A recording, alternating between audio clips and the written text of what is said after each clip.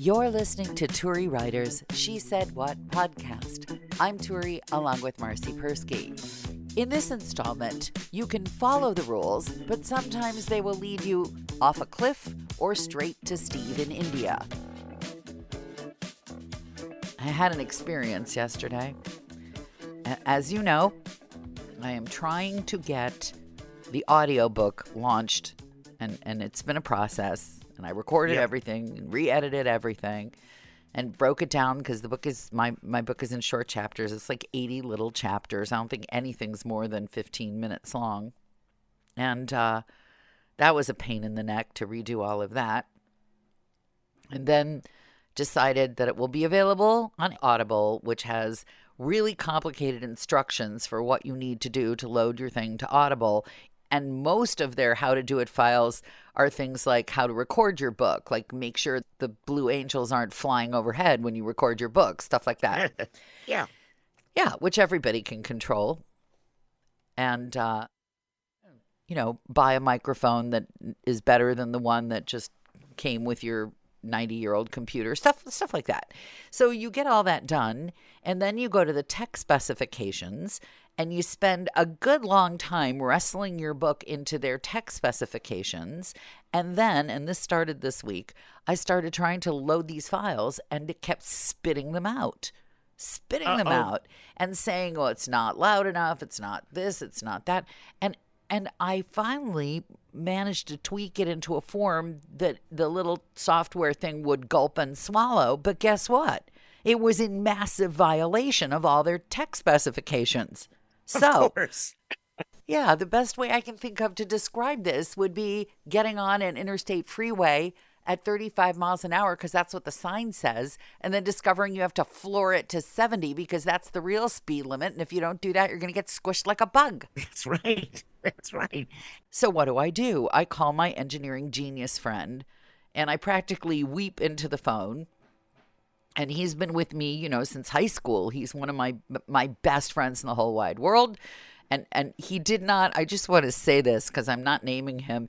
He did not even let the fact that he had a colonoscopy scheduled interfere with his scheduling of time to come. I know, the day after the big procedure, he's sitting right here comfortably, it looked like, in my studio to try and figure this out. Now, this engineering genius friend of mine, has been the chief engineer of three major market television stations and several, he's no slouch here.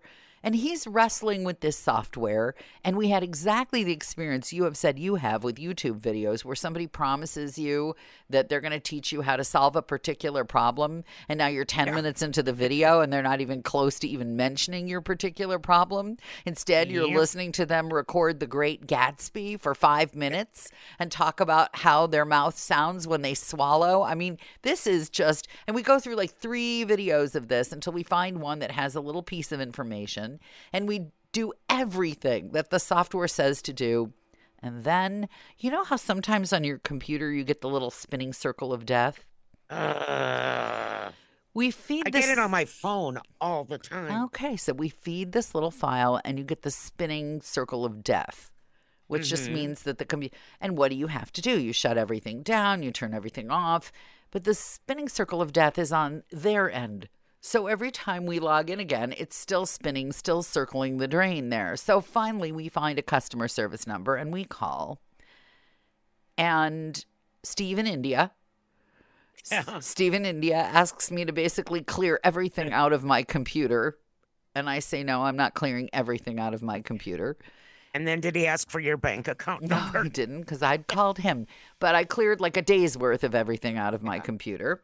And then, because he doesn't speak English, he's asking me to clear my CAPTCHA. And I'm thinking, a CAPTCHA? They don't store your things when that little, what is he? Finally, we realize he wants the cache, but he's saying CAPTCHA. You're CAPTCHA'd, which sounds like captured. So you should have called me. I'm pretty good at interpreting Steve in these India guys by now. Actually, I think Steve in India's first language was not one of the languages from Asia. I think my Spanish 101, if it had been a more advanced level, might have helped me. Anyway, we do that.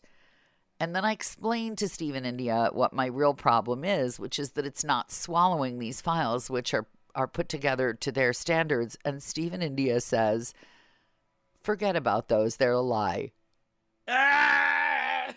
He doesn't say it in exactly those words, but he basically says that what they have on the internet, it'd be like they're sending you from San Francisco to Los Angeles. That's what they tell you. But actually, they're directing you to Norman, Oklahoma. That's where they're sending you.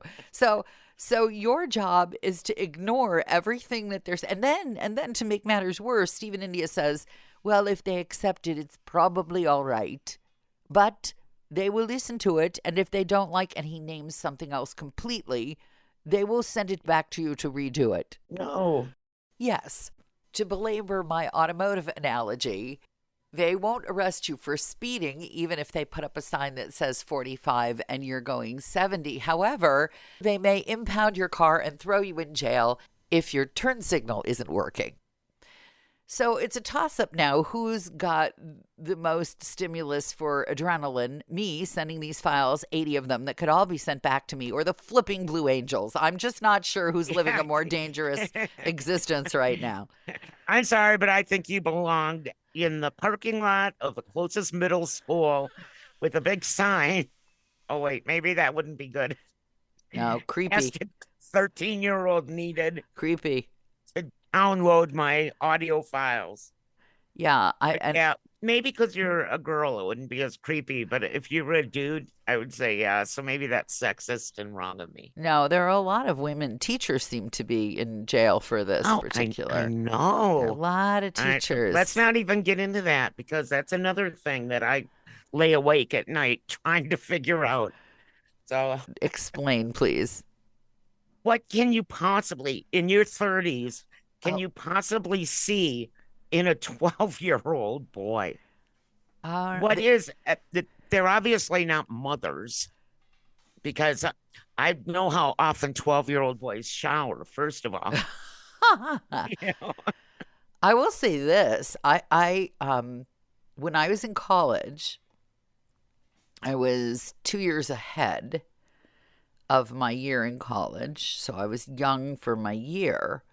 And then there was a guy who was at the old end of being a senior in high school. So really, there was a year between us. Okay. But I was a junior in college and he was a senior in high school. So there was a problem there. We worked together and we dated, and his parents were livid. And I said, just tell them, like, we're a year apart in age. Like, why are they flipping out?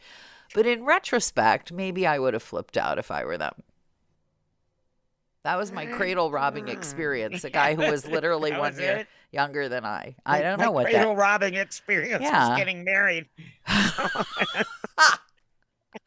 Well, you got me beat. Yeah, I know. that was the only person ever younger. But congratulations, almost 16 years. Thank you, thank you. And you're going to Mexico next week again. Actually, I got an email yesterday from this very fancy place where we're staying this time around. And it warned me to do not use GPS trying to find it. Follow our directions. Here is a printout. So I'm not sure where the GPS would take us. Don't try it. Well, now I want to kind of find out, Well, first put your baggage in your room and then ask them at the desk. Yeah, I know. I know. Isn't that like the weirdest thing, though? I've never gotten something like that. I mean, I remember the old days where, like, elderly people, which we'll discuss in 1 second, by the way, get off my lawn, but people would follow their GPS off the end of a pier. Yeah. And I could never figure out why they didn't stop when they saw that the pier was ending. Well, for the same reason that school teachers like 12-year-old boys, they follow directions. Okay, back to getting off my lawn. I had my child yesterday. That was my best dirty joke of the year, by the way. I know. I missed it. Go ahead. Little lower and to the right. Yes. Yeah, I get it. Took you a while. That was over my head. No comment on that at all. Dirty joke No, we're gonna have to mark this like triple adult or something. Go ahead. It's triple mature content for triple immature listeners. Yes. Yes. So okay, I asked my child to look up how old is elderly. Do you want to guess what Google said? 50? No, higher, 70? lower. Oh, no. Yeah, 65 65. is elderly. Uh, I know. I know. Did you I'm- tell your I'm- husband that he's officially married to one of the elderly? He already knows he's my caretaker. Oh, God. I actually had to take an Alzheimer's test yesterday. I think I was tricked into it. I had one of those telemed calls that like my insurance said that I had to do. Oh, no. So we did like this call thing like you and I are doing right now. And she just asked me all these questions and I just told her all these lies, whatever. And then she said, I want you to remember this address. And this person has never spoken to you before in her life, and she has no idea that I could be 15 and she could give me this address, and I'm gonna forget about it as soon as I take 3 breaths in between. That's when you cheat and write it down. I didn't think of that, but she did ask me what my blood pressure was, and I looked it up on my phone. What's average blood pressure? Added 1 point to numbers, and she said, "Oh, that's really good." I said, "Thank you." So I can't remember an address for 30 seconds, but I can look up a blood pressure on my phone and repeat that back. That's So there. impressive. So there, yeah, and your little Yeah. dog too. Yep, Oh, That's- I'm in trouble with your girl child. I know. Did she text you? No, she put a little face on the promo for the Yeah, no, you're not the one in trouble. wait till she, Again, it falls on me. no, I'm sorry. Somebody needs to speak to that girl. You cannot name your child Kanye. It's not. It's Kane. I don't care. It's knee. Not you, knee. You knee. They were gonna spell it. Okay, I'm gonna Don't take name your some child responsibility. Kane. Just don't do it. Here's They the were thing. gonna spell it Doesn't Kayn, matter. and Somebody's I said it needs an E. think about are they ever planning to send their child to a school? Probably not. No, they're never going Guess to it's send their This child child's gotta grow up feral out here. because his With whole the goats and the dogs. his and cats. whole life, people are going to go, "Hey, man, where's Abel?" His whole life. Oh, not out here. Oh yeah. No, these are cowboys. Every other guy out here is named Colt. Why would Or they? Coulter. We talked about it. I'm not talking about it Yeah, anymore. And I'm yeah. not taking down the podcast. I took down the what about Smith your and husband? Wesson. Not taking down. Now you're getting me in trouble. It's okay. The youngest does not listen, by the way. Well, she's going to do it now, I'm thinking. I know she is. I'll just take away her phone. Yeah, I think if you pay for it, you can take it away. That's true, but still. And before I get you in any more trouble, here come the Blue Angels again. Okay. So your whole family is safe from me till next time. Assuming you've come this far because you enjoy the podcast, may we recommend my book, She Said What? A Life on the Air. It's available at your neighborhood bookstore or on Amazon. And if you're feeling especially generous, please leave the podcast a good review. Thanks.